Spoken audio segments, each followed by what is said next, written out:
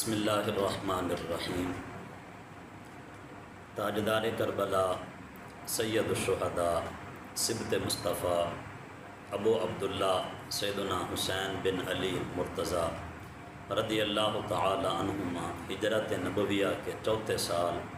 5 شعبان المعظم مدینہ طیبہ میں پیدا ہوئے۔ سرکار مصطفیٰ صلی اللہ علیہ وآلہ وسلم نے اپنے دست مبارک سے گڈی عنایت فرمائی، دائیں کان میں اذان اور بائیں کان میں تکبیر فرمائی۔ 7ویں دن عقیقہ کرنے اور بالوں کے وزن کے برابر چاندی صدقہ کرنے کا حکم فرمایا۔ رسول اللہ صلی اللہ علیہ وآلہ وسلم نے رب تعالیٰ کے حکم پر امام علی مقام کا نام حسین رکھا۔ امام حسین رضی اللہ تعالی عنہ تقریباً 7 سال نبی پاک صلی اللہ علیہ وآلہ وسلم کی ظاہری زندگی مبارکہ میں آپ کا پیار پایا۔ اللہ کے حبیب صلی اللہ علیہ وآلہ وسلم نے کبھی اس شہزادے کو اپنی گود میں بٹھایا، کبھی میرے مصطفیٰ کریم علیہ الصلاۃ والتسلیم نے شہزادے کو سینے سے لگایا، اور کبھی اپنے پیارے شہزادے کو کندھوں کے اوپر بٹھایا، اور کبھی میرے مصطفیٰ کریم علیہ الصلاۃ والتسلیم نے اپنے شہزادے کو سونگا، کبھی چوما، اور ایسی محبت سے نوازا کہ پڑھنے اور سننے سے بندے کا ایمان تازہ ہو جاتا ہے۔ آپ امام علی مقام رضی اللہ تعالی عنہ آپ سب کے منظور نظر رہے۔ امام الانبیاء نبی پاک صلی اللہ علیہ وآلہ وسلم کی ظاہری وفات کے بعد جناب صدیق اکبر کے آنکھوں کے تارے رہے۔ ان کی ظاہری وفات کے بعد جناب مولا عمر رضی اللہ تعالی عنہ آپ کی آنکھوں کے تارے رہے۔ آپ کی ظاہری وفات کے بعد حضرت سیدنا عثمان غنی رضی اللہ تعالی عنہ ان کی آنکھوں کے تارے رہے۔ حضرت سیدنا عثمان غنی کے وفات کے بعد مولا مشکل گزار علی المرتضیٰ رضی اللہ تعالی عنہ آپ کی آنکھوں کے تارے رہے۔ اس کے بعد پھر حضرت سیدنا امیر معاویہ رضی اللہ تعالی عنہ آپ کی آنکھوں کے تارے رہے۔ 56 سال 5 ماہ اور 5 دن کی عمر مبارکہ میں 10 محرم الحرام 61 ہجری کو جمعہ المبارک کے دن عراق کے شہر کوفہ کے قریب میدان کربلا میں جام شہادت نوش کیا۔ واقعہ کربلا اور اس میں امام علی مقام نے جو پیغام دیا ہے، اس کی اہمیت کا اندازہ اس بات سے لگایا جا سکتا ہے کہ خود سید عالم صلی اللہ علیہ وآلہ وسلم نے کئی بار اس کا تذکرہ فرمایا۔ 10 محرم الحرام کو دنیا بھر کے مسلمان امام حسین رضی اللہ تعالی عنہ کا ذکر خیر کرتے ہیں، اور مختلف طریقوں کے ساتھ امام علی مقام کے ساتھ اپنی محبت کا اظہار کرتے ہیں، مگر ایسے افراد کی تعداد بہت کم ہے جو امام علی مقام کی عظیم الشان استقامت سے کچھ سیکھنے اور اس کے ذریعے اپنے کردار میں تبدیلی لانے کی کوشش کرتے ہیں۔ ہمیں اس بات کی شدت کے ساتھ ضرورت ہے کہ ذکر امام علی مقام کے ساتھ ساتھ فکر امام علی مقام کو بھی عام کریں۔ سرکار دو عالم صلی اللہ علیہ وآلہ وسلم کی حسین تعلیمات میں سے یہ بھی ہے کہ انسان ہمیشہ حق کی حمایت کرے اور اس سلسلے میں اپنے مفاد یا تعلق داری کو رکاوٹ نہ بننے دے۔ اگر انسان کو حق کی حمایت میں اپنا مفادات چھوڑنا پڑے، مشکلات کا سامنا کرنا پڑے، تو اسے چاہیے کہ اپنا مفاد چھوڑ دے، مشکلات جھیل لے، مگر حق کے دامن کو نہ چھوڑے۔ اسی طرح اگر اس کے قبیلے، خاندان، اہل علاقہ، پارٹی والے اگر حق کے خلاف بات کریں تو ان کی کبھی بھی طرفداری نہ کریں۔ کربلا میں امام علی مقام سید الشہداء تاجدار کربلا امام حسین رضی اللہ تعالی عنہ کی استقامت، باطل کے خلاف ڈٹ جانے اور حق کی پرزور حمایت کرنے کی خوبصورت مثال ہے۔ امام علی مقام تاجدار کربلا آپ نے کربلا کی طرف جاتے ہوئے ایک مقام پر خطبہ ارشاد فرمایا، اللہ کی حمد و ثنا کی، فرمایا کہ لوگوں، میرے نانے کا فرمان ہے کہ جو بندہ ظالم حکمران کو دیکھے کہ وہ اللہ کی حرام کردہ چیزوں کو حلال سمجھتا ہے اور اللہ کا عہد توڑتا ہے اور سنت رسول کی خلاف ورزی کرتا ہے، بندوں کے اوپر ظلم کرتا ہے، اس کے باوجود بھی حسب استطاعت زبان یا طاقت کے ذریعے اس ظالم بادشاہ کے ان برے کاموں کو روکنے کی کوشش نہ کرے تو اللہ اسے بھی ظالم بادشاہ کی جگہ ٹھہرا دے گا، پہنچا دے گا۔ یہ فرمان نبوی سنانے کے بعد امام عالی مقام تاجدار کربلا نے فرمایا کہ یزیدی یہ تمام کرتوت کر رہے ہیں، اللہ کے حرام کردہ کو حلال سمجھتے ہیں، اللہ کے عہد کو توڑ رہے ہیں، میرے نانے کی سنتوں کا خیال نہیں کر رہے، شریعت کا کوئی خیال نہیں ہے۔ تو فرمایا میں نواسہ رسول ہوں، سب سے زیادہ میرا حق بنتا ہے کہ میں اللہ تعالیٰ کے احکامات کی خلاف ورزی روکنے کی کوشش کروں۔ امام علی مقام حضرت امام حسین رضی اللہ تعالی عنہ کے سامنے یزیدیوں کا صرف ایک ہی مطالبہ تھا،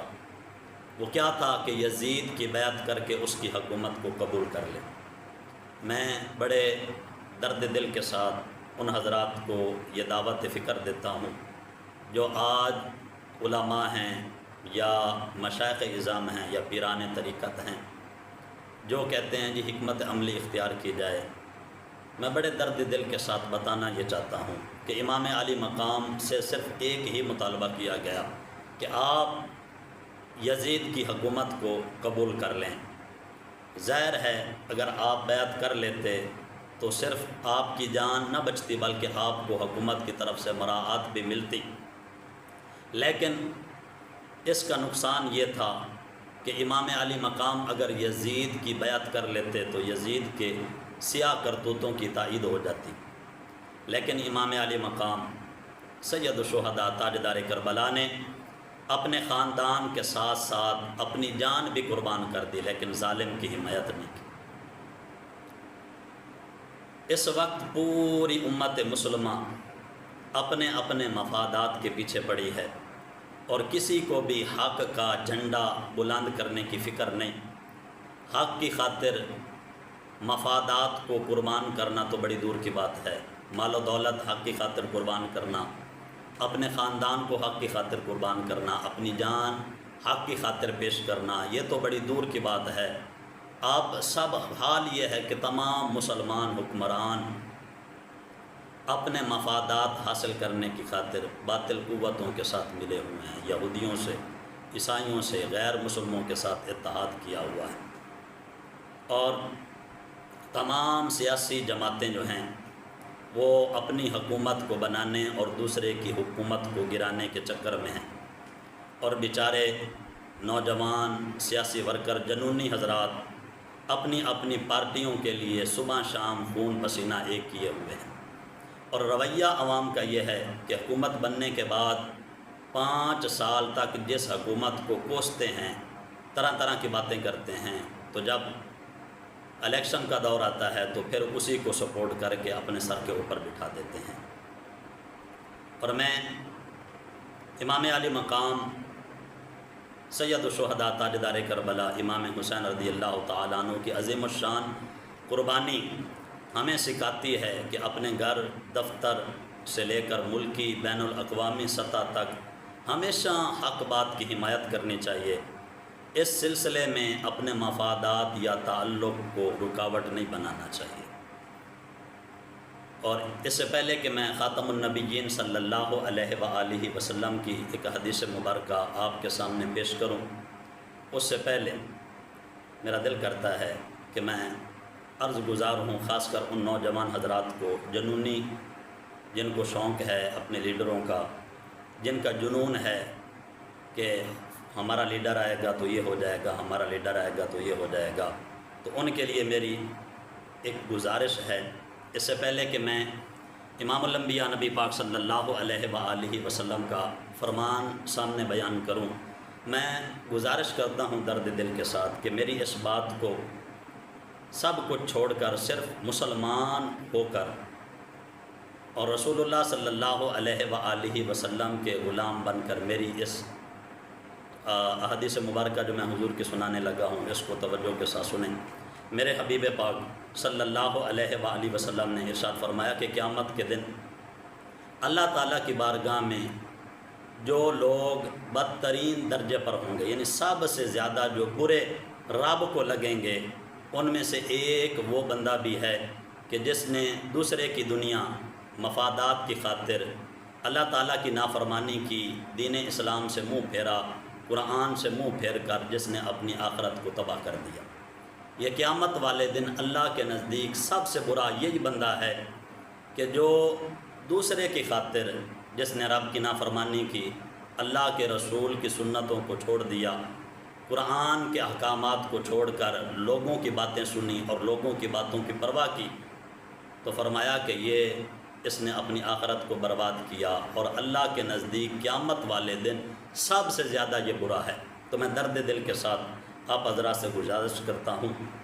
کہ خدارا کسی کے لیے اپنی آخرت کو برباد نہ کریں، کسی نے بھی کام نہیں آنا۔ یہ حضرات آج جن کے لیے ہم اپنا سب کچھ قربان کرنے کے لیے تیار ہیں، اپنا وقت، اپنا مال، جان، سب کچھ جن کے لیے قربان کرنے کے لیے تیار ہیں، جب ہمارے اوپر اب دنیا میں کوئی مشکل آتی ہے تو یہ کبھی بھی ہمارا سہارا نہیں بنتے، تو یہ کیسے آخرت میں سہارا بنیں گے؟ آخرت میں سہارا مصطفیٰ کریم علیہ الصلاۃ والتسلیم کی ذات میں بننا ہے۔ تو اس لیے اپنے نبی کے ساتھ اپنا تعلق مضبوط رکھیں، اپنے دین اسلام جو اللہ نے خوبصورت دین دیا ہے اس کے دامن کے ساتھ وابستہ رہیں، اور اللہ نے جو قانون دیا ہے ہمیں قرآن کی صورت میں، اس قانون کو فالو کریں، اس کے اوپر عمل کریں، تو یقیناً قیامت والے دن اللہ تبارک و تعالیٰ کی نظر رحمت بھی نصیب ہوگی، حضور کی شفاعت بھی نصیب ہوگی، اور قرآن اس بندے کے حق میں سفارش بھی کرے گا۔ امام علی مقام سید الشہداء تاجدار کربلا، امام علی مقام حضرت امام حسین رضی اللہ تعالی عنہ، آپ کی فکر یہی ہے کہ ہر حال میں حق کے ساتھ کھڑے ہوں، باطل کو ٹھکرائیں، حق کے ساتھ کھڑے ہو جائیں، اس کے لیے جو بھی قربانی دینی پڑے دے، تعلق، برادری، خاندان، پارٹی، مال، اولاد، جان تک اگر قربانی دینی پڑے تو دیں، لیکن حق کا دامن کبھی بھی نہ چھوڑیں۔ اور حضرت سیدنا انس بن مالک رضی اللہ تعالیٰ عنہ سے روایت ہے کہ رحمت عالم صلی اللہ علیہ وآلہ وسلم نے ارشاد فرمایا اپنے مسلمان بھائی کی مدد کرو، خواہ وہ ظالم ہو یا مظلوم۔ ایک بندے نے عرض کی آقا ہمیں یہ تو سمجھ آتا ہے کہ مظلوم ہو تو میں اس کی مدد کروں، اس کا سہارا بنوں، اس کا ظلم اس سے دور کروں، اس کی مدد کی جائے، لیکن ظالم اس کی کیسے مدد کی جائے؟ تو رسول اللہ صلی اللہ علیہ وآلہ وسلم نے ارشاد فرمایا کہ ظالم کو ظلم کرنے سے روکو، یہی اس کی مدد ہے۔ اللہ تبارک و تعالی ہمیں ان باتوں پہ عمل کرنے کی توفیق عطا فرمائے۔ امام علی مقام کے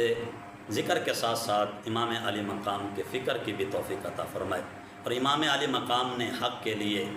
اپنا خاندان، مال، اولاد اور جان تک قربانی کی۔ تو جو بندہ حق کے لیے اپنا مال، اپنا خاندان اور جان قربان کرنا تو بڑی دور کی بات ہے، جو حق کا ساتھ بھی نہ دے اور حق کو سننا پسند بھی نہ کرے، اس کا حق نہیں بنتا کہ وہ امام علی مقام کا نام لے اور کہے کہ جی میں اس حسین کے لیے جان بھی قربان ہے، میں حسینی ہوں۔ روح سے جب کہتے ہو لبیک یا حسینہ، دل سے پھر یزیدوں کا ڈر کیوں نہیں جاتا؟ اور جب کہتے ہو کہ ہو اسوہ شبیر پہ قائم، دربار میں کیوں جاتا؟